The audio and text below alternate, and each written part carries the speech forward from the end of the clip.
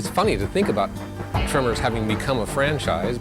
We actually approach each Tremors film the same way. We don't worry too much about what the fans are counting on because we know that we're counting on the same things. The Tremors franchise is, the core of the kind of stampede filmmaking ethic.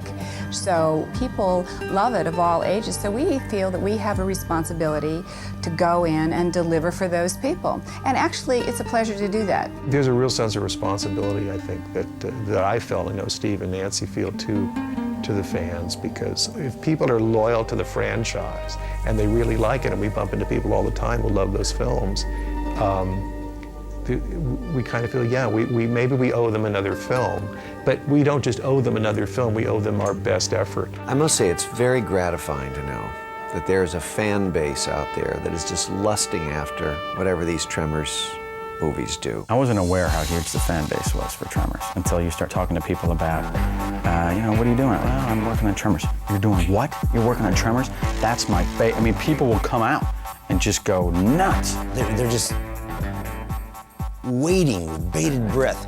Man, I can't wait for Tremors 3. I can't wait for it. And you guys went back to perfection? That's great. They want to go back to perfection. Graboid. One of them's bobbins. Freeze. Everybody quiet. A graboid? What? Are you kidding? For real? Tremors 3 is a natural melding of 1 and 2 and an evolution to a third stage. When Steve and Brent and I created the story for this third one, we really wanted to deliver for the fans on the creatures, but we also felt that we might have a unique opportunity to go back to the original town and to see where these people all were 10 years later. We have a lot of our returning denizens of Perfection, Nevada, characters from Tremors 1 who have come back for Tremors 3. Nancy, Jody here. Listen, the shrieker things, they can fly now, so get off the roof. You're not safe up there anymore, copy? Tremors 3 really is a kind of a bridging between the two because it incorporates the relationships that are very central, I think, to this story and that drive it, really. It's the characters that are interesting that bring the story forward, and as well as the whole storyline of the monsters and the way the worms change and grow. As with any trilogy, you need sort of a metamorphosis of character, right? And you're gonna have an evolution of characters. And the worm is no different. It has now gone from this worm and evolutionized into ass blasters. You're reading the Tremor script now. Okay, I get, Graboid, yeah, I saw this. Shrieker, oh, I saw the second one. Oh, that's funny. Okay, oh, and they turn into an ass blaster. You flip back, ass blaster, a what? No, all I'm saying is we discovered them, right? So we should name them. What do you think? Okay, blast offers. Or butt launchers. That's better, huh? Oh, ass blasters. How's that? Sounds like a porno film. Like so much else in the Tremors lexicon, it is preposterous. It's absurd. And that's one of the reasons I think fans come back to see Tremors, because you never quite know what bizarre take these writers are going to do next. Sons of bitches are always on a learning curve. Load. Load!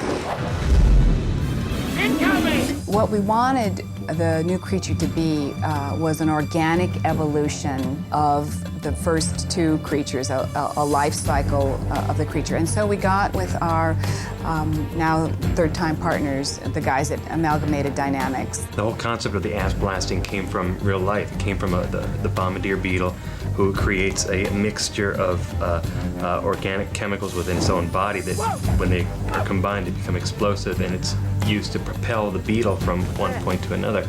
And sort of building off of that idea was the notion of wanting to give the new creatures something new, something we haven't seen before. What's it doing now?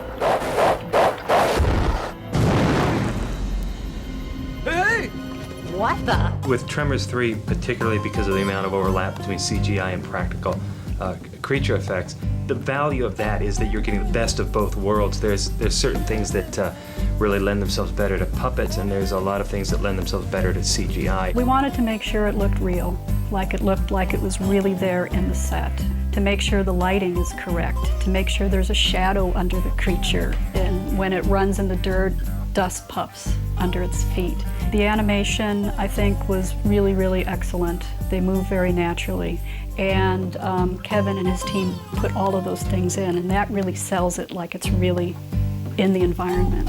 The textures for the creatures were all taken off of real photographic stills that we shot on the set. You know, ADI had spent time and obviously lived Tremors for, you know, the last couple of films, so who better to dictate what the paint job should be than the guys who designed the creature. So we photographed extensively the stuff on the set, how it looked on the set, and also we went to their shop and photographed as well.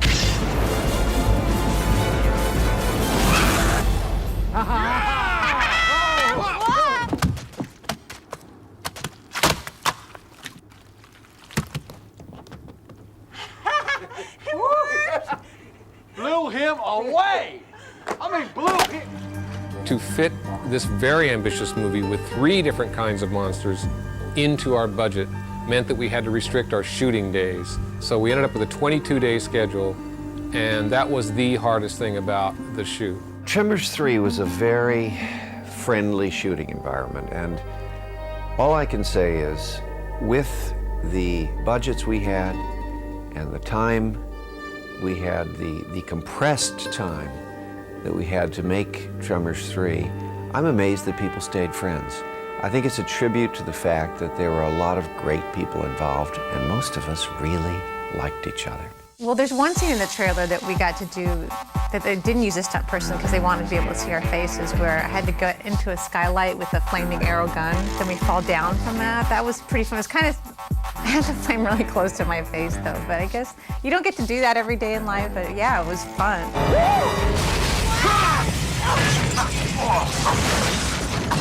What the hell'd you do? I shot him! In the case of my actually being swallowed by the monster and pulled out like Jonah from the whale, that was a little tour de force on the part of the writers, because the object was to truly throw a scare into the viewer, saying, my God, we've lost Bert. How is this possible? He's gone. And then to give Bert a resurrection, if you will, is a lot of fun. The scene itself was, you know, a pain in the butt. It was cold, it was uncomfortable. I was buried in a hole, and it was a little claustrophobic because I had to break through the hole and pull me up, and it threw dirt all over me, and it was a little like being in a grave. It was a little scary, but it was a hoot. Bert! Bert! Are you down there? One of my favorite moments was when Bert was caught in the belly of the beast, and we had to cut it open and to do it with a chainsaw. You know, and there is a belt kind of on this thing, but it's dull, and there's truly someone in there. I mean, because we got to get the guts going up. So I got to cut this thing open. I'm like, ugh, and they're throwing the guts, and I remember the guy down there going, and he's throwing up the little guts, right? And I go, oh, please don't let me hit this guy with this chainsaw, because my life will be over. But he's a maverick, man, and a lot of that stuff that you'll see in the movie was that sort of maverick technique, sort of, let's try this, let's do this, because there's not a lot of creatures with orange blood. I prefer we keep this to ourselves.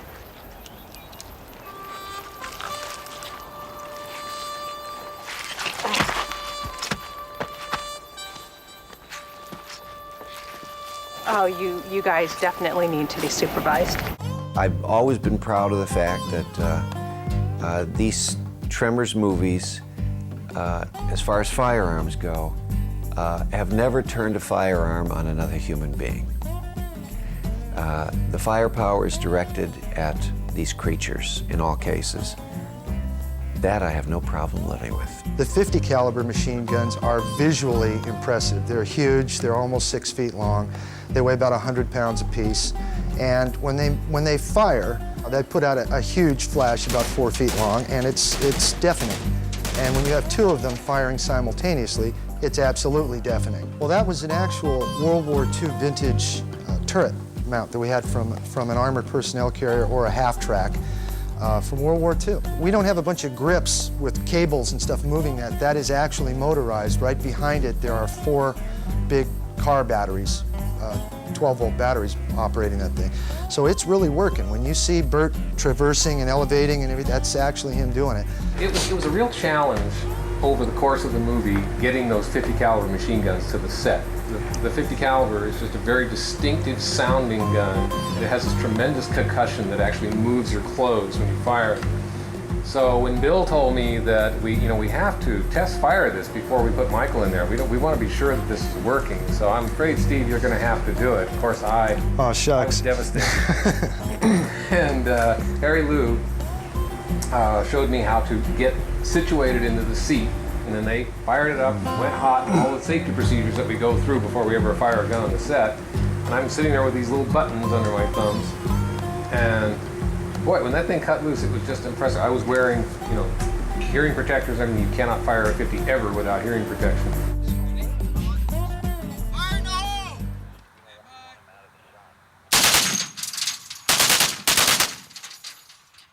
Steve had a good time. I think his comment was, is that all there is? I fired, I guess, 20 rounds, I think.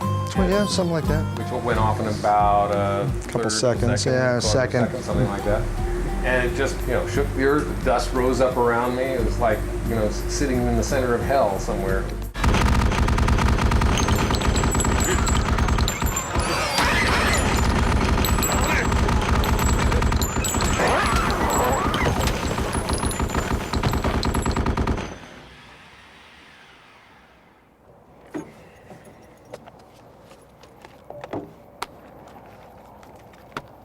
Any questions? Something that's really gratifying for me is to have so many people come up to me at the end of the show, Tremors 3, the end of production, and tell me how much they enjoyed working on the show. Because it was a brutally hard shoot.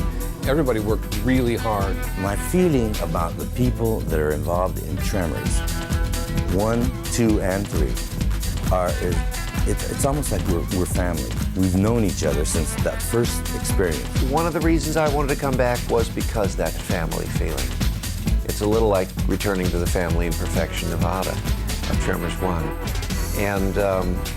And Burt is a labor of love. Well, to be kind of like the new guy on a Tremors project was like being part of a family. Like when we did the readings, initially we just sat down around the script, and Michael and Brent and Nancy and Steve and Susan, we were all there just kind of bouncing ideas up, So I thought, oh, this is going to be cool, because everyone's on the same page. I think for Tremors particularly, this is our franchise. It's very much characteristic of the people in Stampede. And we were so delighted with everybody we were able to hire on this film. And they all knew that they were coming in under very tight budget and time circumstances, and they really gave us their all. I hope that they will all come back and work with us again. We would take every one of them in a second, from crew to actors. I think if you appeal to people's pride in what they do, and crew people care, the cast certainly cares, the crew cares, they care that they be associated with, a good movie. So that's what we appealed to. It wasn't just another film. For us, it was something special. It's a movie that we wanted to be proud of.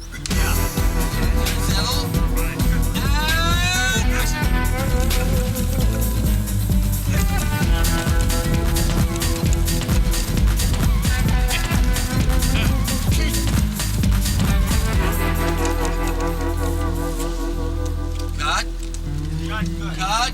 Bravo.